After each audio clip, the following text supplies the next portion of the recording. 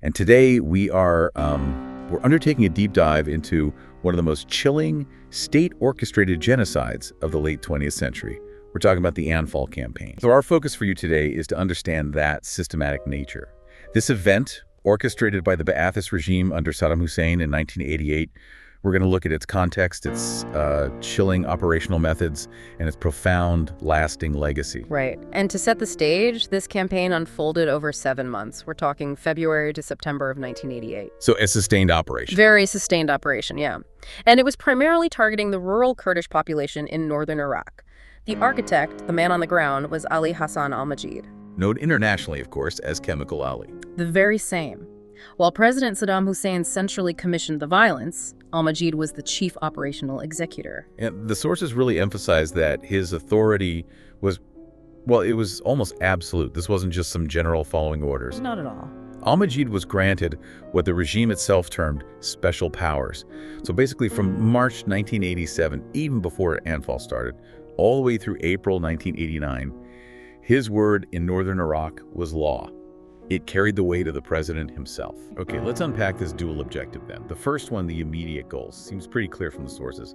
Suppression of the Kurdish resistance fighters. The Peshmerga, yeah. The Kurdish guerrilla forces who had been fighting for, greater autonomy for decades. So that's the short-term goal, the counterinsurgency. Precisely. But the long-term goal, that was the real engine of the atrocity. If we connect this to the bigger picture, the violence was systematic. Designed not just for that immediate military victory, but for radical, long-term demographic and territorial control. You're talking about the policy of Arabization. I am. The entire operation was designed to execute the regime's policy of Arabization. And the key target was Kirkuk. Always Kirkuk. The Kirkuk governorate is a massive prize. It's central to Iraq's entire oil economy. So the regime saw destroying the Kurdish presence there as a necessary step for long-term control over those energy reserves. So it's geopolitical policy dressed up as counterinsurgency. That's the perfect way to put it. And to pull off something on that scale, you need a massive state apparatus. Let's look at the methodology of the destruction itself. The sources note the campaign was meticulously organized. Eight coordinated phases of aggression.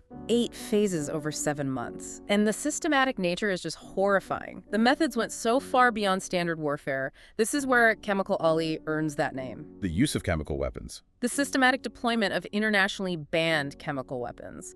Not against military targets, but against rural villages. The research documents tens of thousands of enforced disappearances. And the complete destruction of over 4,000 villages. So, the term Al-Anfal is taken directly from the 8th surah of the Quran.